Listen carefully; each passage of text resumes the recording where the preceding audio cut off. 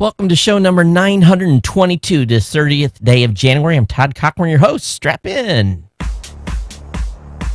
This is the Geek News Central podcast, bringing the latest tech and science news, coming to you live from beautiful Honolulu, Hawaii. Sponsored in part by GoDaddy.com. Save today at geeknewscentral.com/GoDaddy. Fans, strap yourself in for a great show. Geek News Central, the longest running tech podcast, is ready. It's showtime.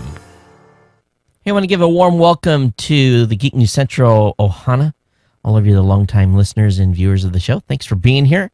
Got a great show lined up for you today. I'm going to tell you, I was really excited. I was going through the news lineup today. I was like, oh, this is going to be a good one. And you can just tell by the lineup of tech. So we've got a lot to share this evening. And for those of you that are joining us on the live stream, thanks. If you're watching us later, kick back in the lazy boy. If you're watching on your Roku, on your Boxy, Samsung Smart TV, Google TV, whatever it might be, thanks for watching. And I tell you, if you are, drop me an email here at geeknews@gmail.com and tell me which device you're listening on or watching the show on. But hey, give again a warm welcome to the Ohana.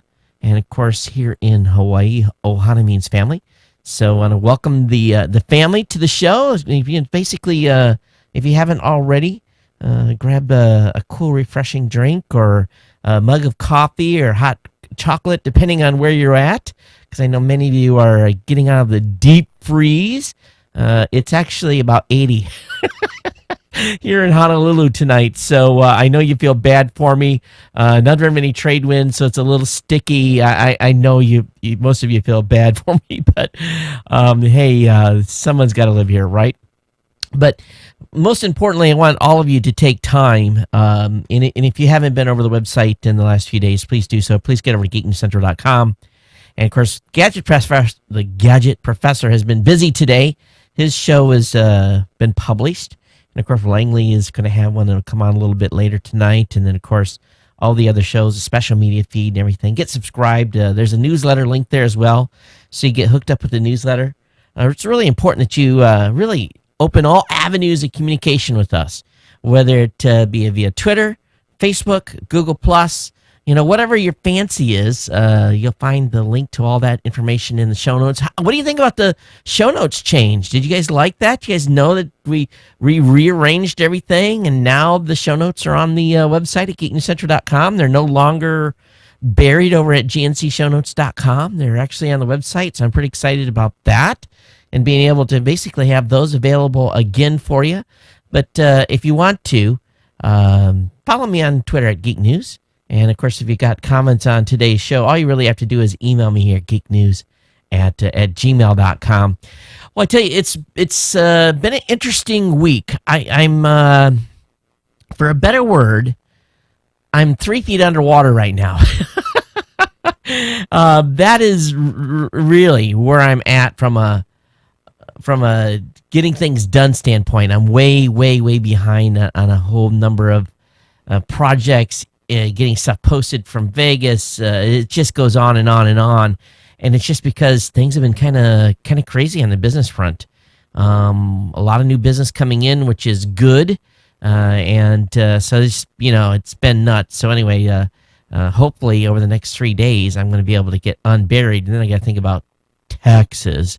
I got 1099s to get in the mail tomorrow, so it's been one of those weeks. For sure, but and the week is not over. But on Saturday, we're going to have Rob Greenlee on for the new media show. It may be just him and I chatting down. Of course, Rob is now the CTO over at Podcast One, and I want to congratulate Rob again on his move. I'm sure we're going to find out more about that this coming Saturday. We may have a guest come in, too, as well. I haven't decided if I want to do that yet or if I'm going to pick Rob's brain. Now, it's going to, he's in a touchy situation. He's brand new to the company, so it's not like I can start milking him for information because it's true. I wear two hats. I do this show and I'm also the CEO of it, Raw Voice. And while I don't consider Podcast One a competitor of ours, definitely we work together in the space. So will have to be a fine line there when Rob and I get together and make sure that we don't get ourselves in trouble with each other's companies. So that's the main thing. So I want to tell you guys, something is brewing something is brewing big over at GoDaddy. I got an email today, and let me see if I can find this email because I want to read what came in. And this is from the guy that I basically have to answer to for my media buys. And let's see, did I close it? Let me see if I can bring it up real quick. So he linked me to a YouTube video, and they've got something up their sleeve. And he says, "Hey, Todd, Super Bowl weekend is here. I do have some new campaign materials for you and an update on an offer. They're going to be giving all of you a 32% off code. So that's promo codes go 32 off 1. But here's where it got kind of interesting. In addition, we've received cool individual show audio reads with your 32% offer code from a new GoDaddy spokesperson being introduced from one of the Super Bowl ads." And he gives me a sneak peek. This is just an audio read, which might work as a pre-roll or mid-roll, was my thinking. You can use the audio read any way you see fit, but I hope you can use it somehow. Anyway, we'll have some new matching banners for you. I'll be in touch with a new audio read either Sunday or Monday.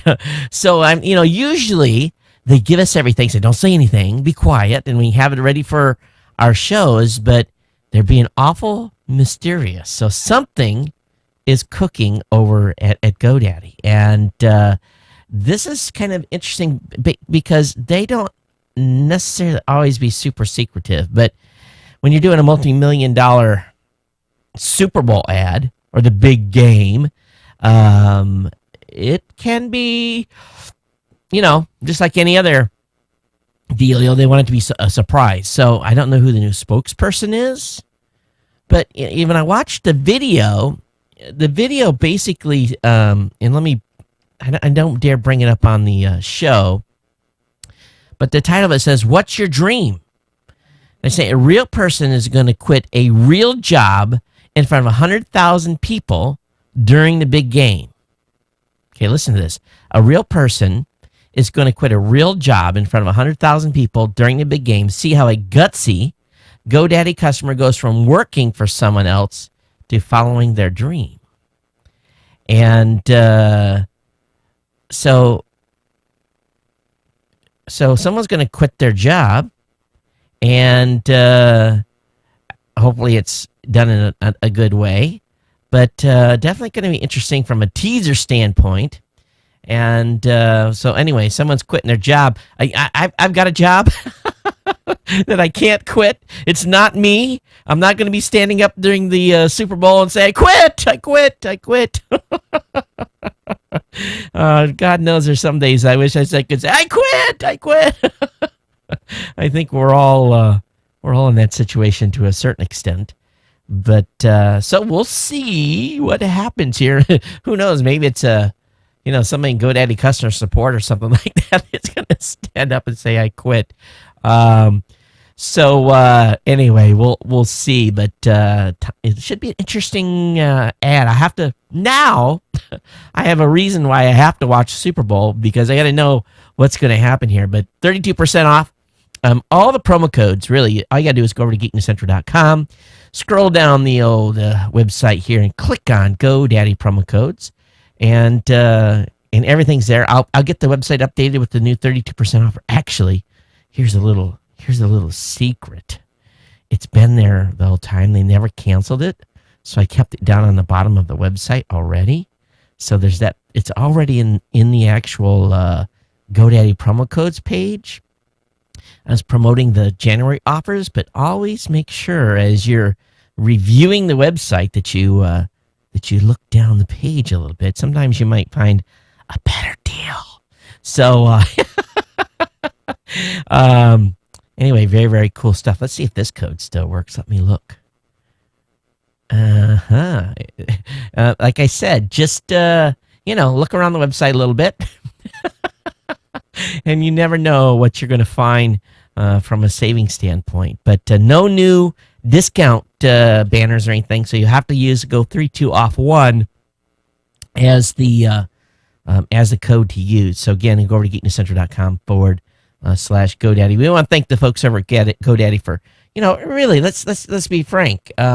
This show would not have been able to do what we do without my good friends over there, and I want you to take care of them. They're putting together the best deals they can, and definitely think about me when you're talking with your friends and family members. Every time you use that code, it really helps here a lot. And after this month, they're changing the model a little bit, but it's still going to be important for you guys to continue to kick the promo codes as much as you can. So we'll keep you advised on all that. But again, thanks for GoDaddy for being a sponsor here.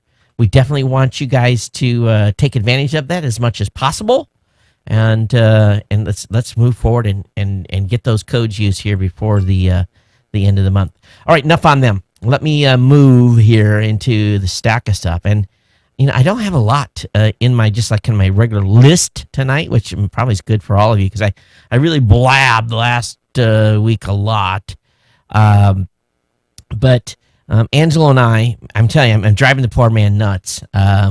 We've got a whole bunch of stuff cooking, a whole bunch of stuff that's ready to pop. It's going to be like boom, boom, boom. All this stuff's going to come to and really, so I tried to leave him alone. So the Geek News Central multi-user site is still in work, but I got to get 3 projects finished up. We're still pushing you guys on the sponsor blog post. That really kind of has been a dud.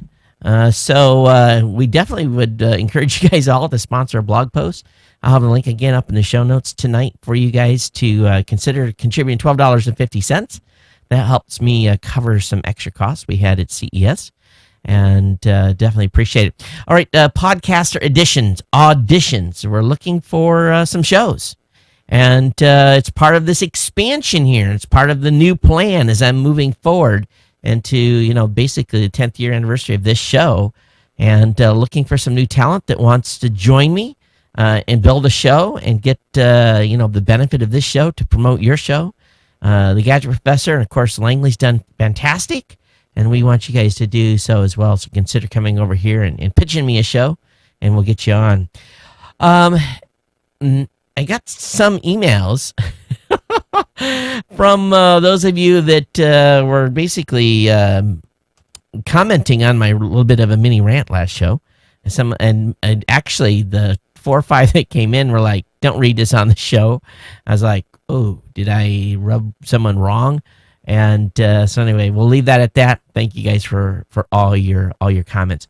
Okay, so let me make sure I got everything covered in my stack here, and we'll get into the tech. I'm going to tell you, I'm really excited about going into the news tonight because there's going to be talking about rant. I can start really ranting almost from the get-go here. The first one, I'm not going to link in the show notes, okay? And I will just say this. There's a reason I'm not going to link this in the show notes. The patent troll that is being fought by the EFF over the podcasting patent.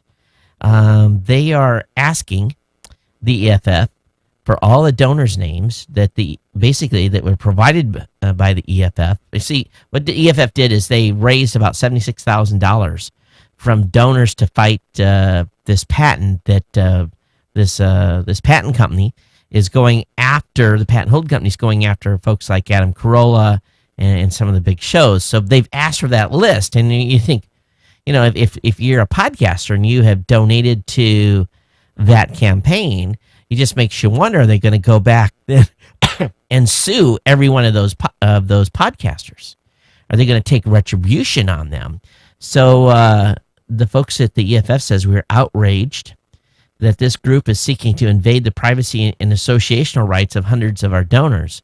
As we explain in our motion, the First Amendment protects our donors' right to privacy, and this company's supposed need for the information does not trump those rights. So this is a ruling that'll be in front of the judge. I just find it pretty incredible that they're going to do this. So we'll see what happens, because what the EFF is doing is they have basically are challenging the patent. And they filed a petition for what's called an inter partes review, basically seeking to overturn the patent. And if they're allowed then to get this list, then they could really go after the people that are trying to stop it. And it's a little bit, it's actually chilling to a greater extent. So we'll see where this leads. But this demand is the first time the EFF has ever received a legal demand for its donors' names. And the patent holding company's lawyer wasn't immediately available to comment on the subpoena, but agreed to speak to ours tomorrow, and they're going to follow up with those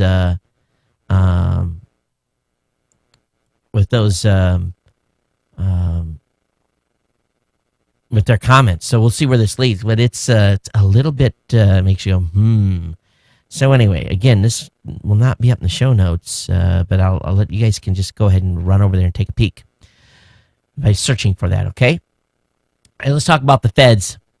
And this isn't an NSA thing. There's this part of the government called the Consumer Financial Protection Bureau.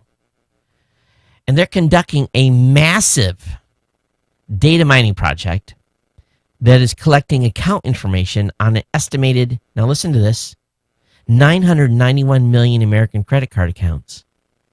And it was also learned at a congressional hearing on Tuesday that the Consumer Financial Protection Bureau officials are working with the Federal Housing Finance Agency, FHFA, on a second data mining effort. This one focused on 53 million residential mortgages taken out by Americans since 1998.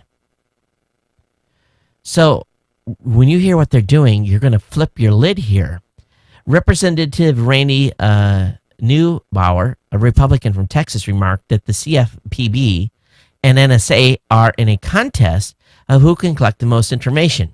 Although the CFPB disagreed with that statement, in previous testimony before Representative Jeb Hensling's panel, they said the combined data represents approximately, now sitting down, 85 to 90% of outstanding card balances in the United States.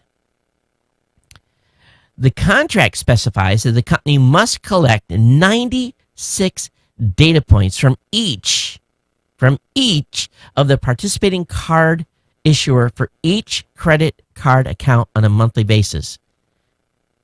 Now, I'm like, what are you kidding me? So check this out. The 96 points include unique card account identification reference number, zip code, monthly ending balance, borrower's income, FICO score, credit limit, monthly payment amount, and days past due.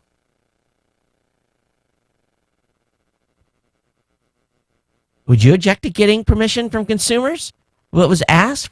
Those people who you work for before you collect and monitor their information? Representative Sean Duffy, Republican of Wisconsin, asked this guy, Cordray, the guy from CFPB, that would make it impossible to get the data. So the Consumer Financial Protection Bureau is collecting everything that you're doing with your credit cards. So you buy a pack of smokes, a bottle of liquor. If you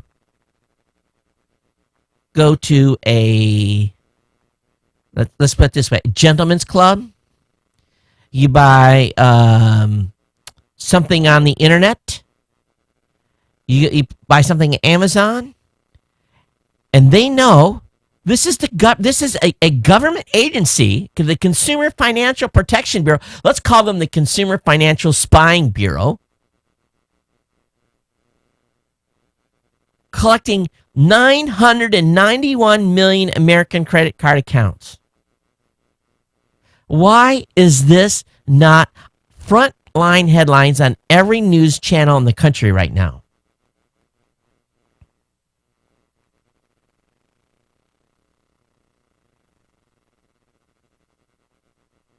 This is I'm sitting here with my mouth. I'm shocked. I saw this today on Slash. And I'm like, you have got to be. And you know, This show's supposed to be family safe, right? You have got to be beeping kidding me. I just cannot believe this. The 96 data points include a unique card identification reference number, our zip code, our monthly ending balance, our income, our FICO score, credit limit, how much we're paying, and how many days are past due. That's nobody's beeping business, in my opinion, besides mine and yours and my bank. Is there, my God, is there not any sanity that's going on right now? Can you, I just cannot believe this. I really can't. And why? Number one, why would the banks be sharing this information with these people without our permission? This just torques me off like it's nobody's business. I'm astonished. Please tell me, if you're listening to this show, are you not astonished that this is happening? Do you say, oh, well, it's good? Are we just going to be sheeple? Are we just going to allow this to continue to happen? Okay, we can talk about, for national security stuff, we can understand that. We want to find the bad guys, right? But this is a Consumer Financial Protection Bureau of the United States is conducting a massive data mining project on 991 million American credit card accounts.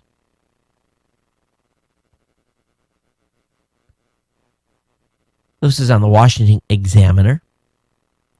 Why this is not on headline news, on Fox, on MSNBC, on Drudge, everywhere. Why is this not everywhere? Why aren't people screaming? We already know that the banks are already data mining us. But why are they giving this data to? They're not protecting us. Now, what happens when the IRS goes and cross-references data over at the Consumer Financial Protection Bureau? You know, what happens when they start taking your picture every time you go get a money order? What happens when the police come when you pay for an appliance with cash?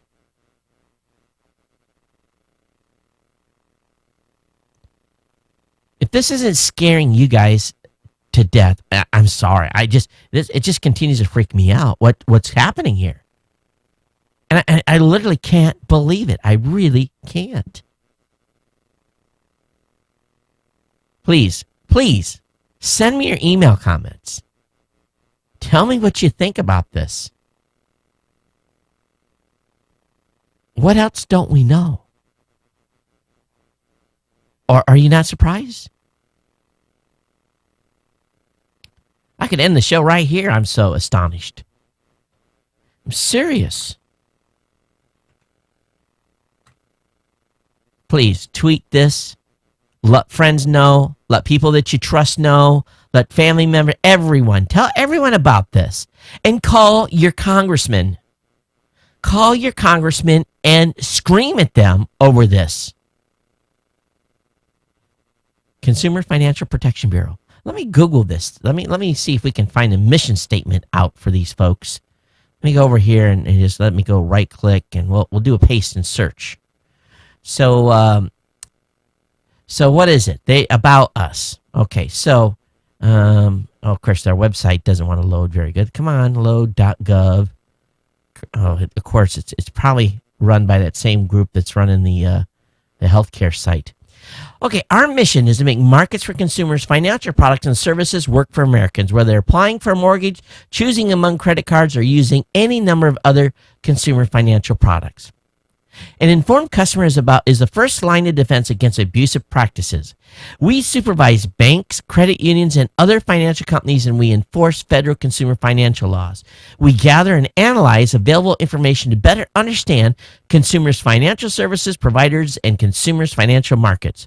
Above all, this means ensuring that consumers get the information they need to make financial decisions they believe are the best for themselves and their families, that prices are clear up front, that risks are visible, and that nothing is buried in the fine print. In a market that works, consumers should be able to make direct comparisons among products, and no provider should be able to use unfair, deceptive, or abusive practices. I understand what they're trying to do. And this government agency has an org chart like it's like, holy cow, what's their budget? Director, COI, CIO. Oh my, they got a lot of people working there. So what they're trying to do is make sure that we're not getting ripped off on our interest rate and all this stuff. But do they really need to data mine 991 million Americans' credit cards? Submit a complaint. I'm going to submit a complaint about them.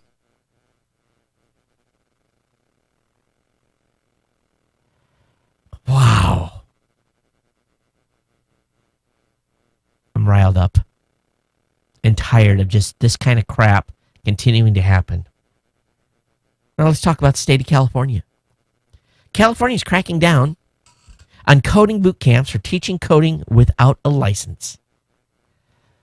Oh my goodness. A couple of years ago, there's a state regulators trying to do more to simply stop competition rather than any sort of consumer protection.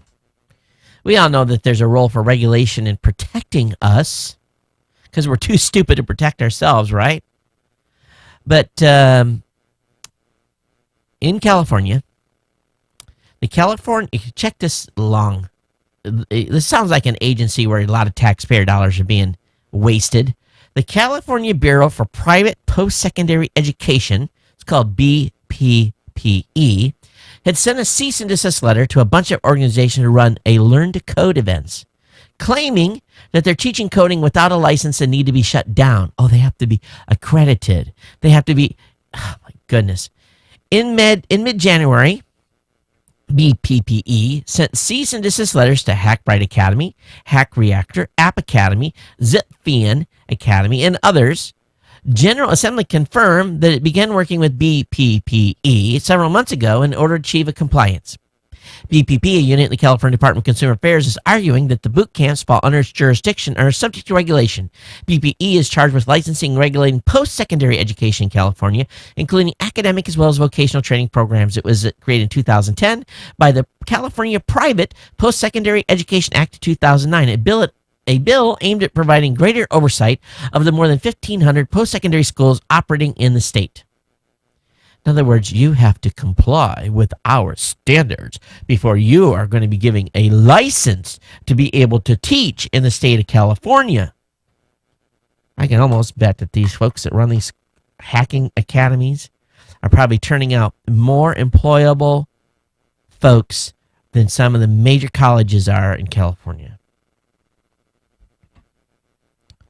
We all know that there's various scam post-secondary education offerings that really don't provide anyone anything of value and overpromise what they're offering. But coding boot camps, please, come on. So the various groups are saying they're interested in complying with whatever regulations necessary, but also worried about the cost. Ka-ching, ka-ching, ka-ching. Because California wants to reach their hand into this group's pocket, and they want to pull out a big wad of cash and want to put it in the coffer for their governor to spend as he sees fit. Leave California. Get in your cars, pack your bags, leave. This insanity will continue. Now, this isn't tech related, but here's another good one. If you have a kid in Unitah Elementary in Salt Lake City, and an elementary student, yes, elementary, that's usually 5th grade and below. Well, 40 of them sat down for lunch today, had their lunch in front of them. And the school district seized their lunch off their tables because their parents hadn't paid for their lunch, instead of telling them beforehand that they couldn't go eat. They have the same policy here in Hawaii, but they have compassion in how they do it. Not letting them sit down with their food and then yanking away and dumping it. Insanity. Pure, unadulterated insanity. All right, let's switch to tech stuff here. Did I talk about the FLIR, what I saw at CES? If I didn't, this is going to be so cool. You guys are going to want one. Watch my FLIR video. If you haven't watched it, this is the one to watch. This thing's cranking on the total number of views. People get excited when they see the screen. Go watch my FLIR video. Yeah, and when you see it, you're going to want one. And that's all I can say. Link will be up in the show notes. All right, imagine that you are an energy company in Iceland, and you're drilling, and you get down to about 2,100 meters, and unexpectedly you strike a pocket of magma. You want to get your attention, right? The magma is, it's 900 to 1,000 centigrade, not too hot. This borehole was the first in a series of wells drilled by IDDP in Iceland looking for usable geothermal resources. Well, they found one, and instead of plugging it like they've done in other events like this, actually once, and it happened here in Hawaii, they basically then used it for energy. And it allowed them to create an incredible amount of energy for a couple of years. And this is pretty exciting stuff. And it talks about the potential of drilling into the core, getting far enough down to get to the magma, and what it can mean for an energy standpoint. And this thing created about 36 times what an average wind turbine would create, and about 10 times as much as a normal geothermal hole. So kind of cool stuff on the geothermal side. This happened a while ago, but they just posted the article. And we've got some listeners in Kansas. I know some of you that are listening to this show are lucky enough to have Google Fiber, and I'm insanely jealous, of course. But, your state legislature over there is considering a bill that would prohibit municipalities in the state from building their own municipal broadband networks. Sound familiar? We've talked about this before.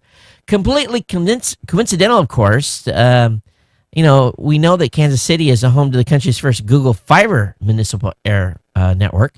But this bill, which I'm sure is probably backed by folks like Time Warner and Charter and those other folks, the bill is called the Municipal Communications Network and Private Telecommunications Investment Safeguard Act. And it has some stated goals. Ensure that video telecommunications and broadband services are provided through fair competition in order to provide the widest possible diversity of sources of information, news, and entertainment to the general public. Encourage the development and widespread use of technology advances in providing video telecommunications and broadband services at competitive rates. And ensuring that video telecommunications and broadband services are each provided within a consistent, comprehensive, non-discriminatory federal, state, and local government framework. They don't want anyone in Kansas, except for the folks in Kansas City that already got Google, to get fiber. They want you guys to be stuck on the same old systems, the same old companies, doing the same old businesses.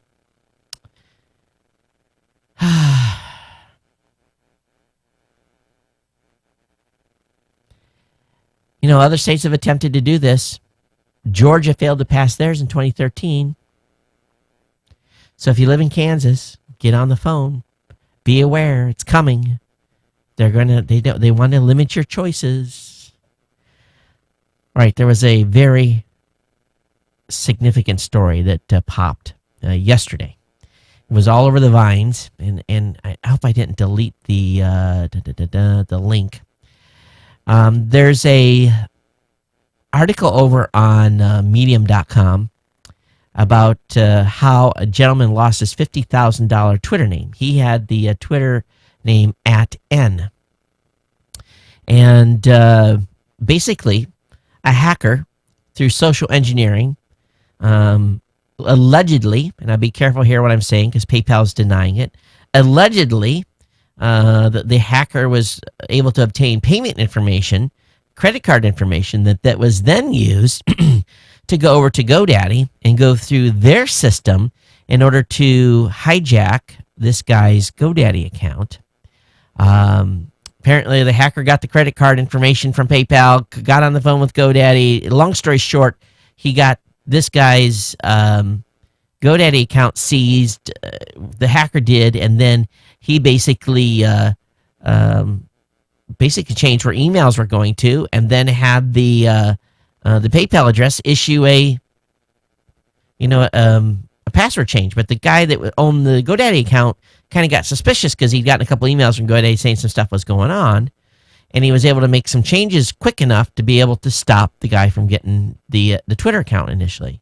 And then what happened was this guy's GoDaddy account had all of his domains, of course, and he basically got pressured in because he knew what happened to @Matt last year and having his complete system wiped out. And basically, he gave in to the threats and gave the guy his @N Twitter account in order to get his GoDaddy account back. Now, I had sent an email off to GoDaddy saying, "Hey, what is the deal here?" And GoDaddy, it's very interesting here. What GoDaddy has had to say is that GoDaddy accepted partial responsibility. He says, "Our review of the situation reveals that the hacker was already in possession of a large portion of the customer's information needed to access the account at the time that he contacted GoDaddy. The hacker then social engineered an employee to provide the remaining information needed to access the customer's account. The customer has since regained full access to his GoDaddy account, and we are working with industry partners to help restore services from other providers. We're making necessary changes to employee training to ensure we continue to provide industry-leading security to customers and stay ahead of evolving hacker techniques." Well, it failed. This social hacking, he found someone that was, I hate to say it, but probably a minimum wage paid person or maybe a little bit higher, got him on the phone and social engineered the guy's account out. But the hacker already had a lot of the information for this guy's account. The hacker claimed to obtain vital credit card details over the phone with PayPal, but the companies denied providing any sensitive data. So bad on PayPal allegedly, and definitely, bad on GoDaddy on this one. So, call a spade here. I'm definitely, my response to them was what happened here. And, my rep over there said, "Hey, see this," and he linked this to me. So I'm glad that they admitted that they made a mistake and they're going to fix things. But this social engineering, nothing's safe, folks. Nothing's safe. So here's my advice to all of you. If you have an account that's a Twitter account or a Facebook account or any variety of accounts, make sure that you're using, this is my advice to you, is to use a use like a Gmail account or use your Yahoo account. Use something and then set up, double authentication on your security, which I do. So basically it's if they get a little information or be able to make a change, then they still have to get into your Gmail account and make that password very difficult. And again, double authentication. It's not safe to have validating emails going to your .com. It's just not. And, I had went through and looked. I said, okay, how have I got my stuff set up? And I looked at my GoDaddy account. Sure enough, I had it going to my Gmail account, which was good. And had to change a couple of others because they were still going to a @geeknewscentral.com address. So, these hackers are getting very bold. They got all the time in the world. They can work angles as many times as they can. But it's an interesting move here. I'll have the link up in the show notes. You guys can read the original article just about make you want to, gasp about what happened. But PayPal's denying that they got the information through PayPal. So I don't know if we'll ever know the truth out of PayPal. We'll see.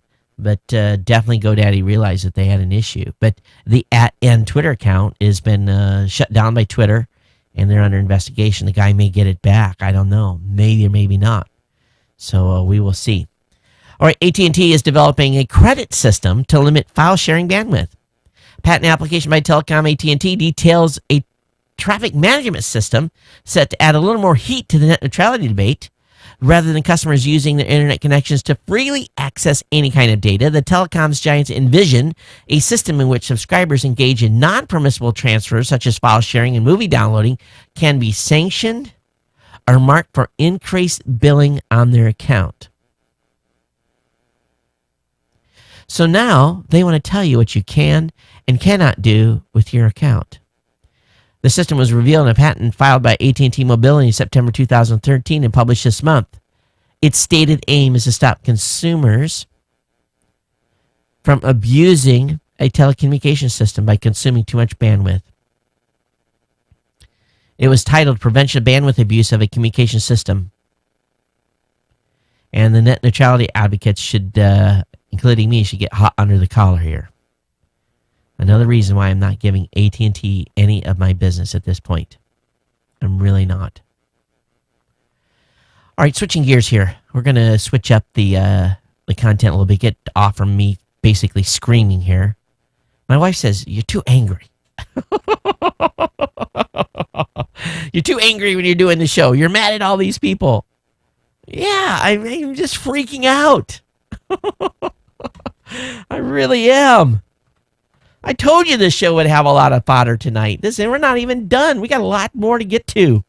I don't think we're going to make an hour tonight. I'll try. All right. You're looking to make a media center? Well, there's a tutorial on how to do that over in Lifehacker. I have a link up in the show notes. Congratulations to Virgin Galactic. They fired a new engine for their satellite launching rocket. They tested its new fleet of liquid-fueled rocket engines and unveiled additional details about the company's plans to use these hybrid motors to launch commercial satellites into orbit. The engines dubbed Newton 1 and Newton 2 were test-fired, and the expendable two-stage liquid-fueled rocket could make its first flights as early as 2016. So we'll keep you advised on that. NASA has spotted a comet that will buzz Mars this year. So NASA's keeping a keen and cautious eye on a comet that definitely is going to have a close encounter with Mars in October, coming much closer to the red planet than the Moon is to the Earth. Whoa. And a comet sighting spring will approach within 86,000 miles of Mars on October 19th, potentially putting a good show for NASA's Red Planet spacecraft. But the dust shed by the comet as it barrels toward the sun may also endanger the agency's Mars orbiters. So officials are already mapping out possible risk mitigation plans. And this ought to be exciting stuff here. Be more exciting if it crashed into Mars, but probably wouldn't, we could see what would really happen. Hey, Flipboard wants to tame unruly streams by becoming more like a traditional magazine. So they want the stories to look more pretty as you're cycling through. So if you're a Flipboard user, be aware that could be coming to your app sometime soon. Super Bowl Sunday's fast approaching. NFL Now lets you create your own football channel and watch it anywhere, except you can't watch live. You can only watch replays and highlights and prior games. No live. What's the use of having an app if you can't watch live? But, of course, it's only going to be made available on iOS. It'll be available on the web as well as on apps for iOS, Android, plus Windows. There'll be a premium version available with Verizon, Yahoo, and Microsoft. So we will see where this leads. So you NFL fans, be aware that that's forthcoming. Lots of deals going on right now. There's a report that Sprint and T-Mobile will want to join forces, and basically the Department of Justice saying, that's probably not going to happen. That the merger would face tough time getting Department of Justice approval. So that might put a cool washcloth on heated alignment in acquisition discussions. Another article in Slashdot, the app that tracks who's tracking you. So we know that maps and local weather are apps that are tied to like major or local weather. Know your current location. You're probably cool with that because you want to see information coming to you about your location. But there are many apps on your phone. Everything from dictionary to games are also geolocating your every move without your knowledge or permission. Now researchers are developing a new app to police these smartphone spies, tracking which apps are secretly tracking you and warning you about it. So that's very cool. Now, it's worth noting that this new app is the first to be able to provide this line of defense between snooping apps and smartphone users for Android phones. Android operating system engineered not to allow apps to access information about other apps, but a team of Rutgers University found a way around that by leveraging a function of the Android API to send a signal whenever an app requests location information from the operating system. So that's pretty cool. We can see who's tracking us, right? You may be surprised. All right, Facebook is launching its own retweet button on its app, so don't be surprised if you see that. So their new mobile app that's half newsfeed, half newsreader will have a new feature that works just like the retweet button. You know, the folks over at Wired have outdone themselves. They've got 30 fantastic pictures from space. These are just beautiful. Any one of these could be a great background image for you. For those of you that like to have cool desktop images, let me see if I can bring one of these up here. And oh, come on now. It wasn't a bigger. Of course, I had it on the bigger screen earlier.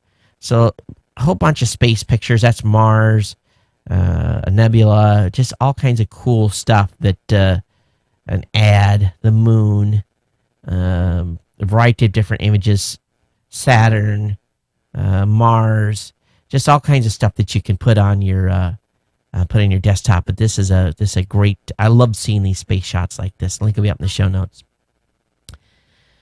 There was a net neutrality petition that received over 1 million signatures. The advocacy group Free Press, along with a broad coalition of organizations, delivered to FCC a petition, with 1 million signatures asking to restore the federal protections for net neutrality that were struck down in court 2 weeks ago. So the petition shows that there's public support for net neutrality, and we'll see where this leads. But very cool to see that they were able to get 1 million signatures. There was also a hearing in Washington. The House Judiciary Committee held another hearing concerning copyright and possible copyright reform, this time focusing on fair use. They had 4 folks on the panel, 2 for, 2 against. And these idiots that were on this, I don't know where they find some of these people to speak to these committees, but, you just want to pound your head against the wall when you hear some of the answers that some of these folks did. Some of them were good, some were bad, but it just really, I don't know how they pick people for this, but you want to see some of the commentary, I'll have a link in the show notes for you. Big move by the FCC for carriers to test landline phone service of the future. The carriers in the United States are mandated by law to maintain and offer copper-based landline phone services, even though we know that the technology is well over a half-century old. The U.S. FCC is taking its first steps today to modernize that system with a new order that calls for companies like AT&T and Verizon to submit proposals for how to provide telephone service of the future using IP. Of course, the protocol that's used to transmit data on the internet. With the proposals, the FCC will allow companies to engage in experimental IP phone services that address the numerous different requirements, such as system needs to pass before replacing the country's universal wireline phone network. So, AT&T and Verizon don't want to update and basically maintain that copper. It's expensive. So we'll see what happens here with this. But what we should really do is make these phone companies put fiber to the curb in every house in America. That's what we should do. Great article over on the BBC talking about how China hopes to dispel copy other reputation. Yeah, good luck on that one. You just come to CES and see all the folks running around with cameras, groups of them, invading booths and taking pictures of everything in the booth. Yeah, they're reporting news. Whatever. But apparently there was a very Android-like operating system that was quote unquote made by a Chinese firm. And a lot of people are doubtful that it's truly a brand new operating system from the ground up. People are winking and saying, oh, yeah, it sure looks like Android there. So link will be up. But it's kind of funny that China is trying to dispel the copy other reputation. That's how they work. You can't teach an old dog new tricks. Please.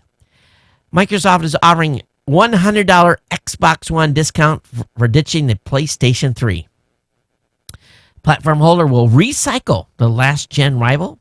Microsoft is offering up to $100 credit towards the purchase of an Xbox One if the customers trade in a PS3, according to an advertising material posted online. So, I don't know. I think my PlayStation 3 is worth more than $100. I'm not going to give it to Microsoft. Are you kidding me? Just for $100? Anyway, link. If you want to get rid of your PlayStation 3, this is the way to get $100. There's a great article about a gentleman who basically built a service on top of Twitter. And it was an advertising service. And he did very well for about a year until Twitter pulled the plug on him when they went public. But he talks about the history of what happened in the discussions he had with Twitter and the offer they made for him to go to work for Twitter and bring the platform to them. But this is kind of an interesting write-up. And it goes to show you that it's very hard for any company to build another business on top of someone else's. They're not going to allow that to happen and take away dollars out of their pocket and so forth. But this is a great write-up. This is a good lesson for anyone that's trying to monetize something based on someone else's platform. It's a great write-up. Now, this gentleman's moved on, and he's putting together a product called Pipeline, ppln.co. Say, turn any social profile into a prospect with one click. Add any social profile to your pipeline. Basically do mining for them and basically mining the web for intel and contact details. So this is pretty cool. I was playing around with it a little bit. Pipeline's kind of cool. This guy's doing some cool stuff. All right, leaked Samsung app aims to catalog everything you do on your smartphone. This is another attempt to life logging. Everything that you do, you get logged.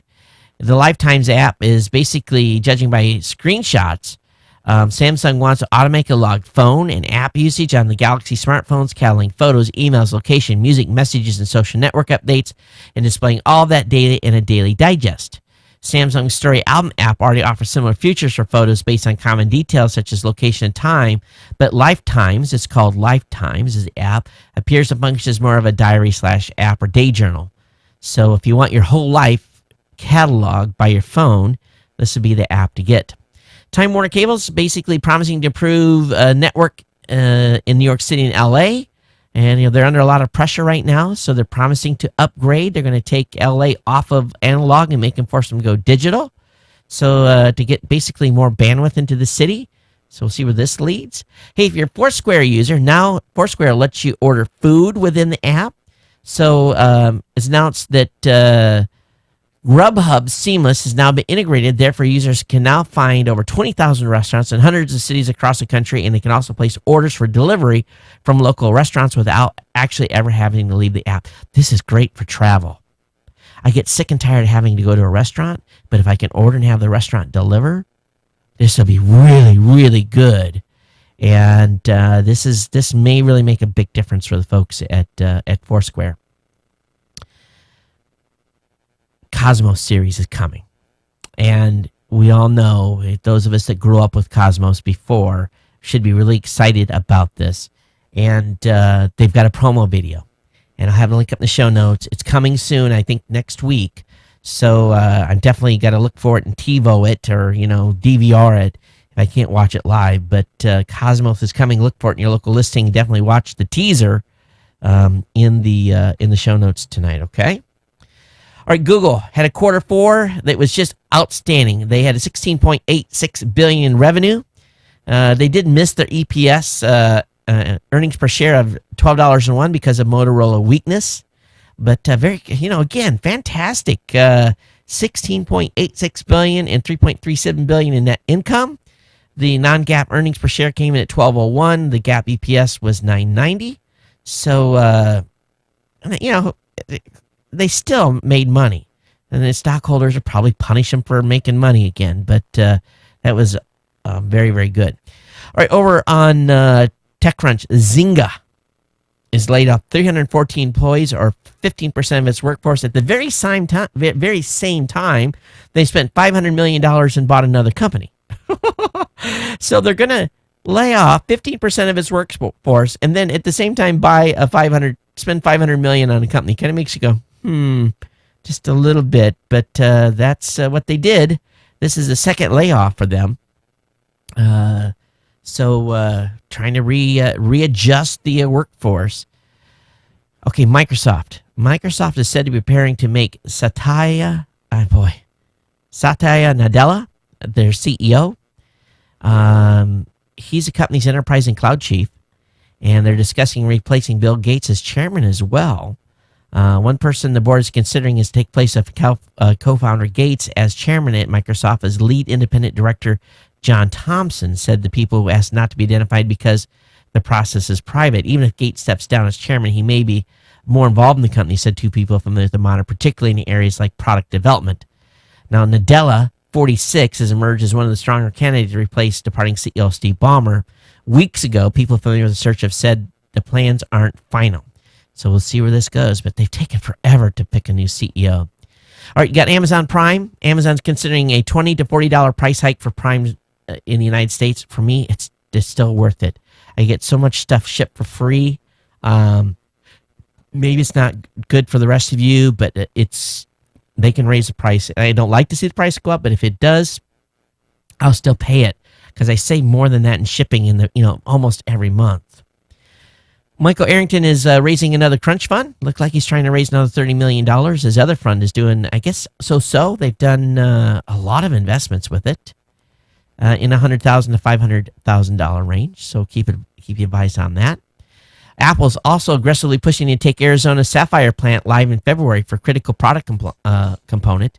They're working with it's basically they've got, this is kind of a weird deal. So what they're going to do is they're applying for a free trade zone, basically approval. They had to go to the Foreign Trade Zone Board with the U.S. Department of Commerce. And basically what they're going to do is they're going to make some sort of glass sapphire coating in this Arizona plant. Then they'll ship it to China. Whatever they're making, an iPhone or an iPad or whatever, will use this layer in the manufacturing process, and then it'll be re-imported. So they're looking for this because it's basically going to go out and come back. So they're looking for a free trade zone exception or license or whatever happens. It's all commerce stuff. But pretty cool article on the whole process. You can read the applications and everything and get the full details. A link will be up in the show notes. Do want to remind you that the Gadget Professor basically put up a fantastic new show tonight, and he covers the Hisense Pulse set-top box with Google TV, which blends TV content, search, and apps into one intuitive, user-friendly device. They also talk about StreamStar and a variety of other products. So a link will be up in the show notes. Definitely check out the Gadget Professor and what he's doing. Of course, the Gadget Professor, Mr. Don Bain. And Don and I are still working on our new program that we'll be bringing to the space soon. There is a pretty cool video. You think your shoveling snow sucks? Well, how about shoveling snow in Antarctica? Where the snow never goes away. A pretty cool video. I'll link up in the show notes on that, okay? You'll have a lot of fun with it. Hey, Amazon did have a rare profitable quarter, and of course, again, because they were profitable, they were punished by Wall Street. E-tailer Amazon badly missed Wall Street expectations on Thursday. The e-tailer giant reported earnings of 51 cents a share and net sales of $25.59 billion in its fourth quarter of 2013, missing Wall Street's estimate of 66 cents a share at $26.06 billion. As a result, the Amazon shares were trading down, but they made a profit. They made a profit this time. They had so that's the important thing. They haven't had very many profitable quarters, but they did this time. But yet they're getting punished for having a profit. That's Wall Street. That's Wall Street. All right, article over on The Verge. Microsoft is backpedaling on Windows 8.1. And they're saying they're going to hide tiles.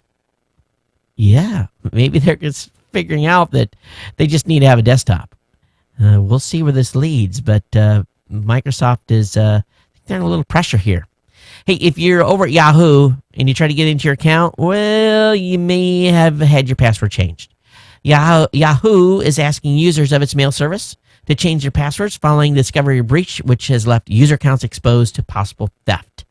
The company said it has already changed the password accounts connected to what a company termed a third-party database compromise, which contained data on some of its users. Yahoo said that data already appeared to be in use for automated attacks, which attempts to harvest further information from compromised accounts. So if you try to log in, your account's been reset, just go through the reset procedure. Facebook is introducing something called Paper. And they're saying that Facebook blew its own iPhone app out of the water. They've announced a standalone iPhone app called Paper. It's much more than just a news reading app. It's a complete re-imaging of Facebook itself. Once you've used it, you may not want to open the standard Facebook app again. It doesn't replicate every feature on Facebook's main app, but it does fulfill a majority of people's needs. It's much, much better, according to this reviewer over at The Verge. So I have a link up in the show notes on that. You can check it out and definitely pick up your new app. All right, I want to, those of you that stayed here towards the end, I'm going to remind you guys of something. You know there's a new bunch of TLDs coming on the market, right? That's all I'm going to say. There is a gold rush right now. So if you're not in on the gold rush and you want to be, don't waste any time, okay? That's all I'm going to say on that. All right, I'm going to go into the comments on the show tonight.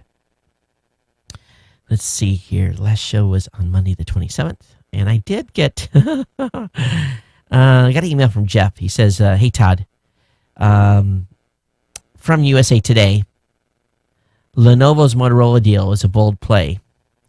And he has a link to the article over on USA Today. And I'll link to that. Thanks, Jeff, for that. I also got an email from Steve. And I think I caught myself on the last show. So he says, Todd, basically, Todd, you know I've been a long-time listener and wrote you about this a couple months ago. You continue to use the word basically in almost every sentence. Please listen to yourself. It's as bad as someone who nervously says before every sentence. You're driving me crazy, Steve. I'll try. I will try, Steve. It's subconscious. I guess it's one of those things where you just use it and you don't realize it. I think I did pretty good on today's show. So I put myself a little yellow post-it up here with it says that word that I'm trying to avoid saying that word all the time. So we will try to avoid it. Thanks for your email. But other than that, that's going to wrap me up here, folks. Don't forget to come over to geeknewscentral.com. Get subscribed to the show if you're not already. Subscribe to the newsletter as well. Consider becoming an insider. That really is a long-time support of the show. It's greatly appreciated for those of you that do. And don't forget, we're having a promotion right now. If you want to support a blog post, you can do that by basically making a one-time PayPal donation for $12.50. Don't forget about this thing with GoDaddy coming up on Super Bowl Sunday. It's going to be something cool. Some guy's going to basically, I hope it's very dramatic in how he tells his boss he quits, or this gal, or whoever it may be. So we'll see, and it better be good. As much hype as they basically have kind of got me feeling here over the email that I got today from the team over at GoDaddy. But this is going to wrap the show up for tonight. I want to thank you all for being here. We started a little early. I know some folks jumped into chat a little bit late, but that was kind of when I start the show early. I do. It's just better for me to get done and get wrapped up and get the show on the internet. But everyone, thanks for being here. We'll see you on Saturday for the new media show, talking with Rob about what's going on with him over at Podcast One, taking over the CTO, and we'll milk as much as we can out of him on his first week. But everyone, take care. We'll see you next time. Aloha.